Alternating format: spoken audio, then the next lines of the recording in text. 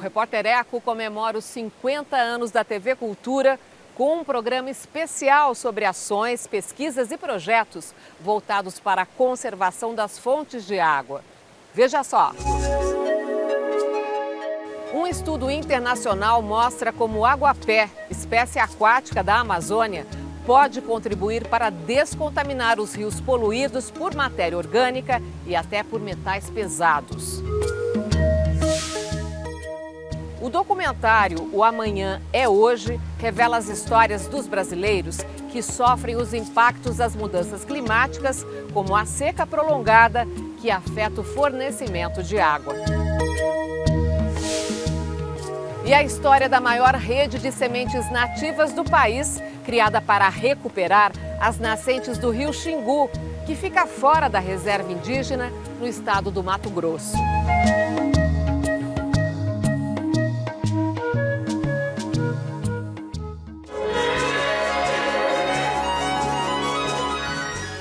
A rede de sementes do Xingu é uma iniciativa que surgiu para recuperar a qualidade da água do rio. O programa se consolida como a maior rede de sementes nativas do Brasil, formada por indígenas, ribeirinhos, agricultores familiares, técnicos e instituições.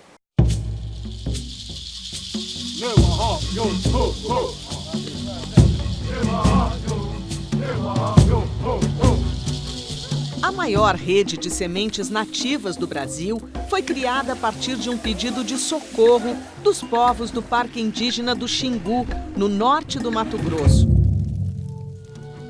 As nascentes do rio Xingu ficam fora do parque. A região é de intensa atividade agropecuária. O uso de agrotóxicos, o desmatamento das áreas de cerrado e floresta amazônica e as alterações climáticas afetam a qualidade da água, que fica barrenta, e faz escassear a pesca, recurso alimentar fundamental. Na tentativa de mudar essa realidade, os indígenas recorreram a governantes e parceiros ambientalistas, como o Instituto Socioambiental. O engenheiro agrônomo Rodrigo Junqueira, coordenador do programa Xingu, lembra que a primeira iniciativa foi a campanha Icatu Xingu, Salve a Água Boa do Xingu, em 2004. A gente queria, de fato, que essas áreas fossem recuperadas. É uma região de colonização gaúcha, onde o desmatamento aconteceu de uma maneira bastante intensa. As pessoas têm o seu conhecimento associado a derrubar a floresta e não a plantar a floresta. As distâncias eram muito longas, com estradas muito precárias, ausências de viveiros de mudas e com uma ausência também de uma cultura agroflorestal e florestal na região.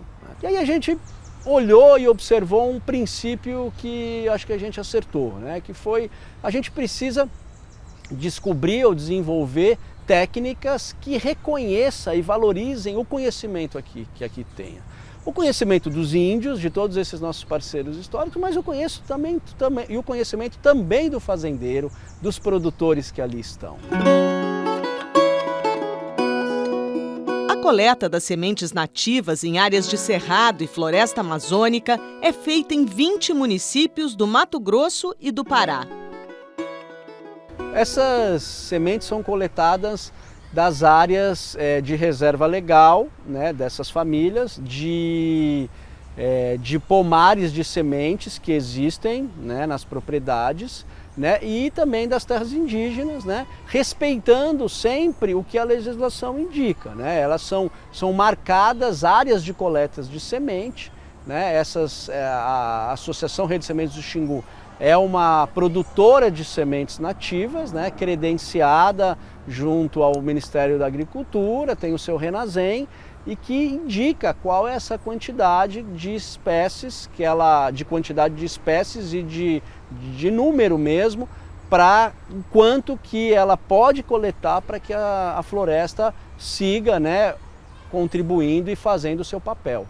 A rede de sementes do Xingu começou com apenas 5 pessoas fazendo a coleta de sementes. Hoje já são 600.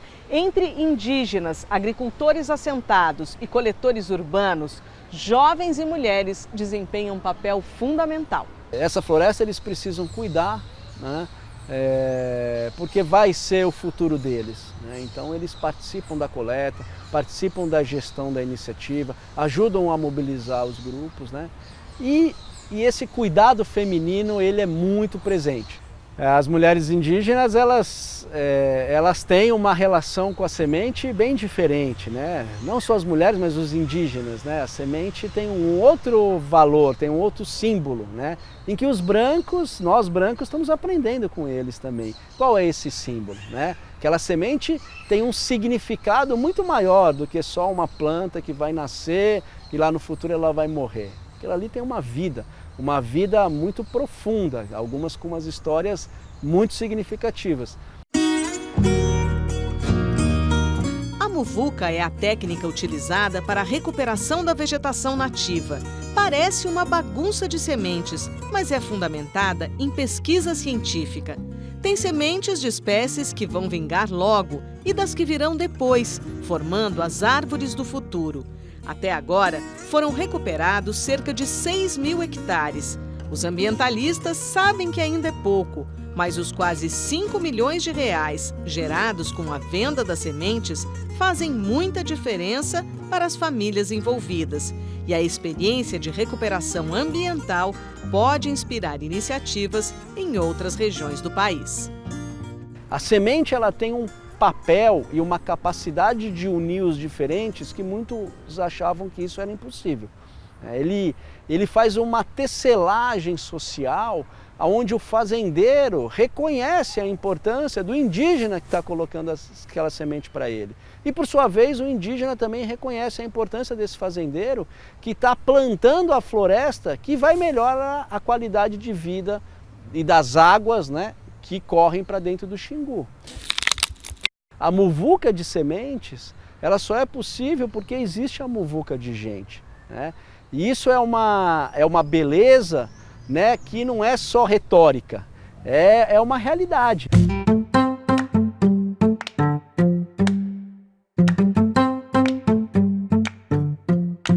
Você acompanha agora alguns dos fatos e pesquisas na área de meio ambiente que tem destaque aqui no Repórter Eco.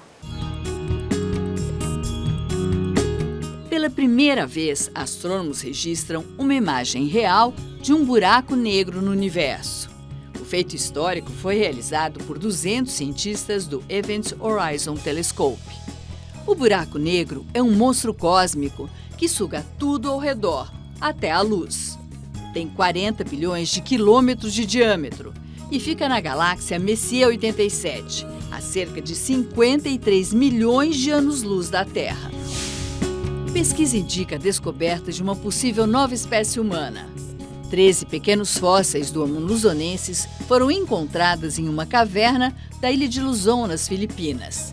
Ele teria vivido entre 67 mil e 50 mil anos atrás. Não é um ancestral direto do homem moderno, mas uma espécie vizinha, contemporânea do Homo sapiens. Organizações ambientalistas e o Ministério Público Federal repudiam a decisão do IBAMA de ignorar parecer técnico do próprio órgão e incluir 7 áreas do Parque Nacional Marinho de Abrolhos para leilão de petróleo. Um eventual vazamento de óleo colocará em risco a maior biodiversidade marinha do Atlântico Sul. E você vai ver daqui a pouco. Uma pesquisa internacional indica como usar a planta aguapé no controle da poluição dos rios. E a seguir, o documentário revela os impactos das mudanças climáticas na vida dos brasileiros, como a seca e as chuvas intensas no país. O Repórter Eco especial sobre água, nos 50 anos da TV Cultura, volta logo mais.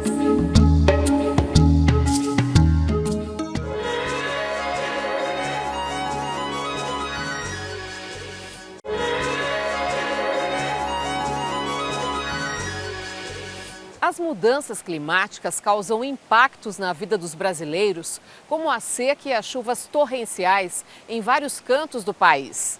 Depoimentos da população e análises de especialistas estão no documentário O Amanhã é Hoje.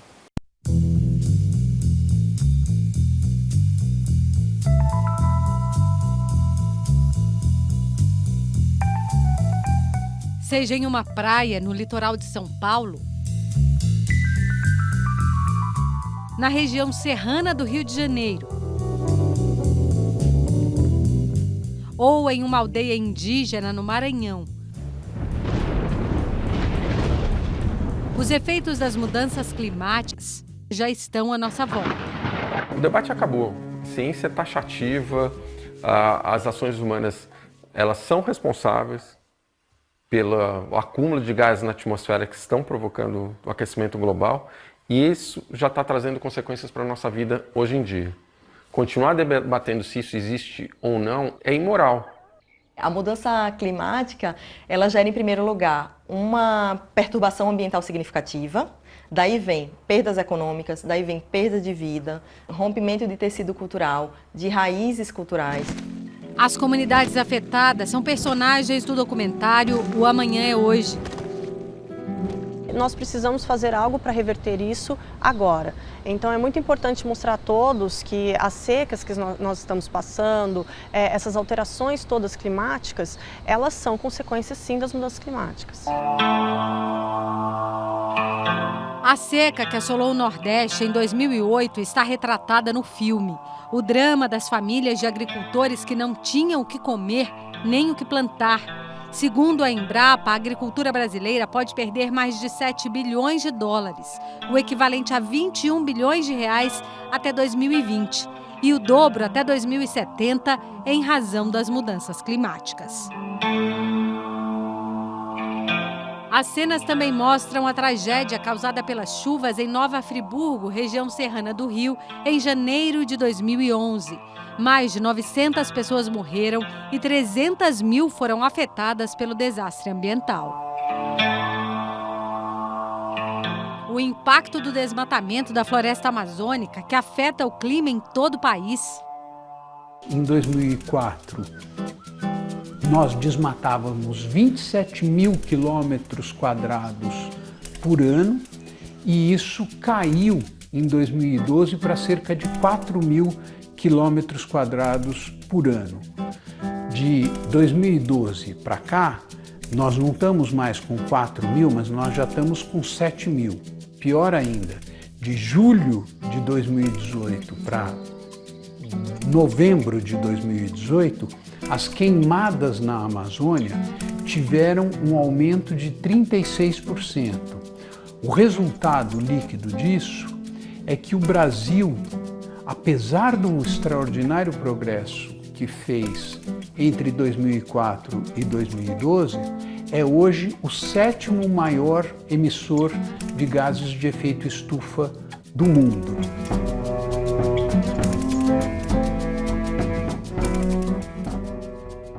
As mudanças climáticas batem à nossa porta. Para quem mora em Santos, no litoral de São Paulo, elas arrombam portas literalmente. Com o aumento da temperatura no planeta, cresce o volume de água nos oceanos e o mar engole a praia. Todo ano tem que estar refazendo essa mureta aqui porque é inevitável. A força do mar, não há mureta que suporte essa força que vem do mar, né, das ondas. É só dar uma ressaca aqui que isso tudo fica alagado, as pessoas perdem carro, perdem moto, tudo que tiver parado aqui, inclusive entra até o outro lado da rua lá. Em 2005, para mim, acho que foi pior. As pessoas ficaram mais em estado de choque, olhando para frente, para o mar. Quando a água começou a bater nos vidros próximo da portaria, aí começou a dar um desespero maior. Parecia que a água ia invadir tudo aqui. Só que ficou tudo submerso. Eu acho que quando nós fizemos o web documentário, nós esperávamos que as pessoas, de fato e agora, vejam que mudanças climáticas não é só um nome grande, é algo que existe, que é simples de entender que está acontecendo, que está no nosso dia a dia quando falta água. E esse tipo de coisa vai começar a acontecer cada vez mais se nós não agirmos agora para reverter isso. A gente precisa de políticas de Estado e de governo mais fortes, a gente precisa que o controle do desmatamento seja efetivado, que o desmatamento ilegal acabe no país e o legal também. Então, tudo isso junto, a gente consegue dar o que seria de passo daqui para frente.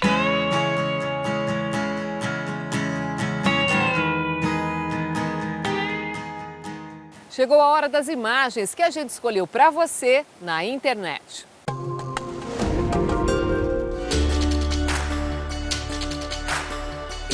O maior reservatório de água doce do mundo. A Amazônia tem um oceano subterrâneo, que começou a ser formado a partir do período Cretáceo, há cerca de 135 milhões de anos.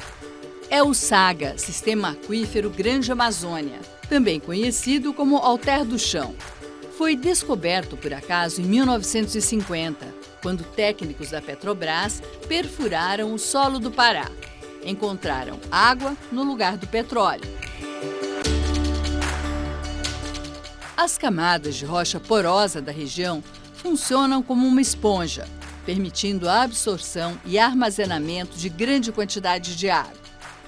O aquífero Grande Amazônia começa na Cordilheira dos Andes, no Equador, e chega até o Pará, atingindo um total de 3.000 quilômetros de extensão. Cientistas acreditam que a reserva hídrica é de 162.520 quilômetros quadrados, 3,5 vezes maior que a do aquífero Guarani. São cerca de 160 trilhões de metros cúbicos de água, volume suficiente para abastecer a atual população do mundo de 7,6 bilhões de pessoas por 250 anos, segundo estudos das universidades federais do Pará e do Ceará. Mas antes mesmo de ser melhor pesquisada, a gigantesca caixa d'água subterrânea da floresta amazônica já enfrenta risco de contaminação por vários fatores. Falta de saneamento no norte do país, o crescente desmatamento em áreas de preservação, as atividades de mineração. Sistema Aquífero Grande Amazônia, uma preciosa reserva de água doce da Terra que precisa ser conhecida e preservada para a humanidade.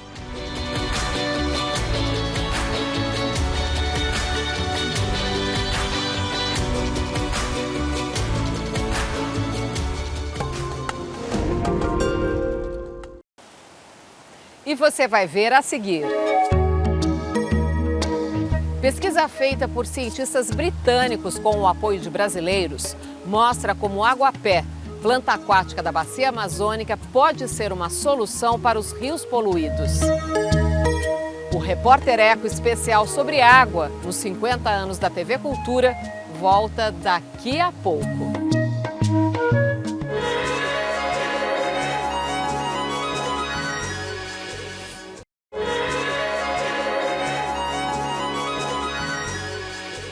O aguapé, espécie aquática nativa da Bacia Amazônica, pode ser uma das soluções para melhorar a qualidade dos rios poluídos. A planta, que tem poder de retirar toxinas da água, foi tema de um estudo internacional que conta com a participação de cientistas brasileiros.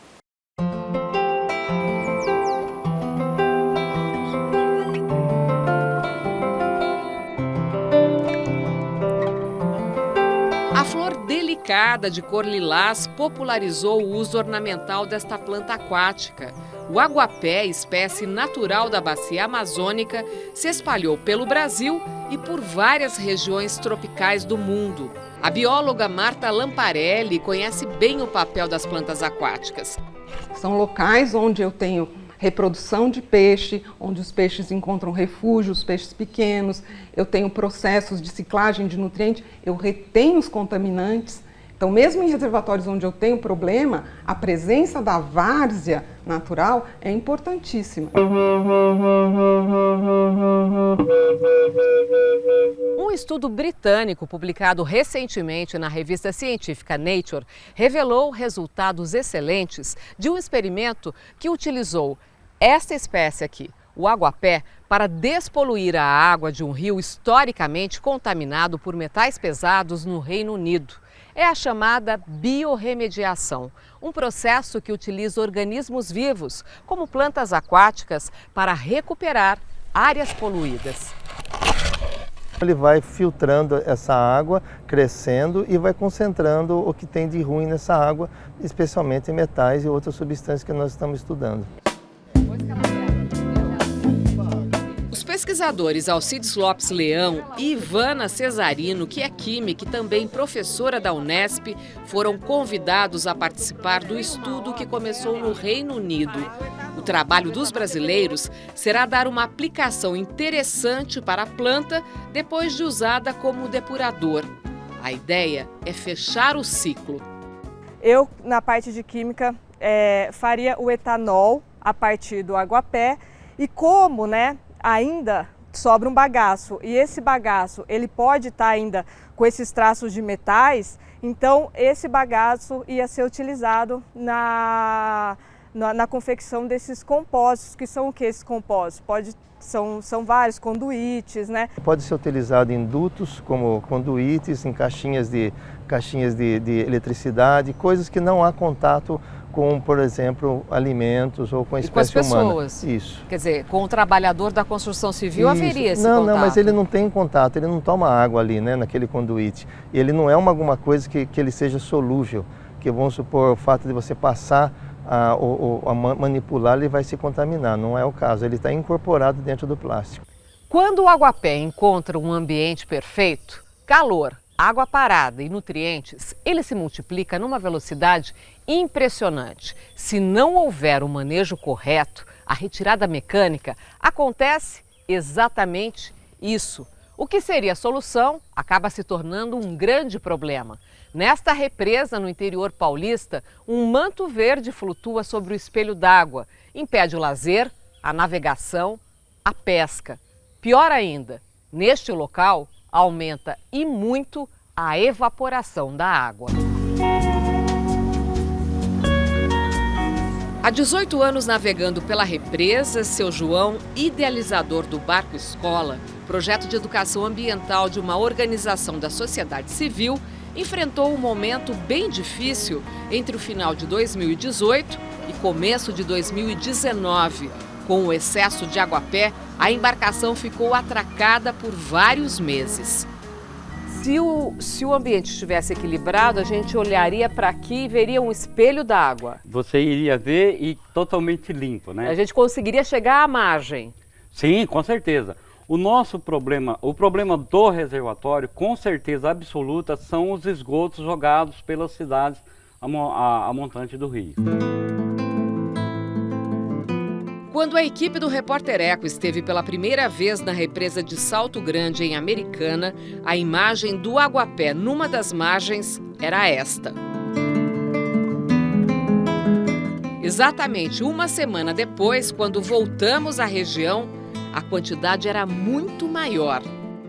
As fontes podem ser lançamento de esgoto doméstico, então principalmente nitrogênio e fósforo que vem, mas pode também ser por água de escoamento superficial. Então, por exemplo, com a aplicação de fertilizantes, na hora que tem uma primeira lavagem, isso vai para dentro do corpo d'água.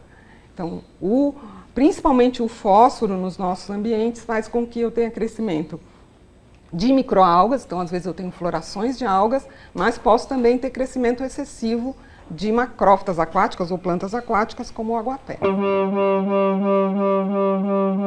Agora, a quem cabe controlar o aguapé? Do ponto de vista legal, existe uma resolução CONAMA que estabelece que quem administra o reservatório, quem é responsável pelo reservatório, é responsável por esse controle e deve pedir uma autorização para o manejo de plantas aquáticas e outros organismos presentes. Então, eles têm que apresentar um plano de manejo e aí a CETESB vai avaliar e ver se ele é o mais adequado. Saneamento básico é solução para um monte de coisa, Infelizmente não é servido, não é aplicado em grande escala, mas se você tiver o saneamento, com certeza a população de aguapé vai ser controlada.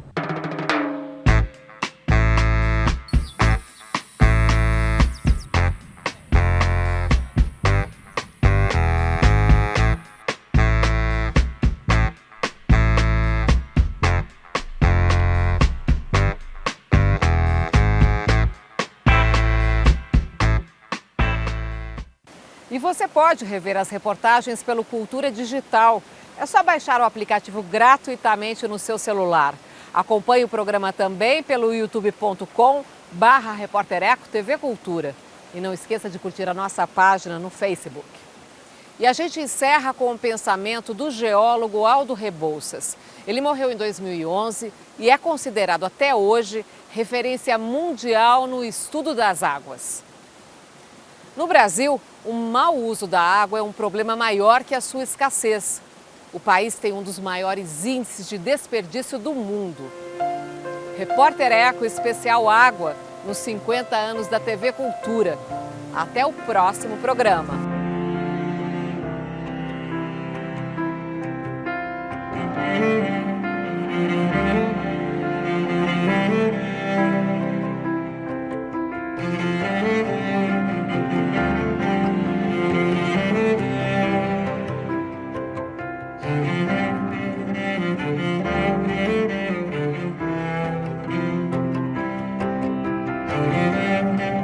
Música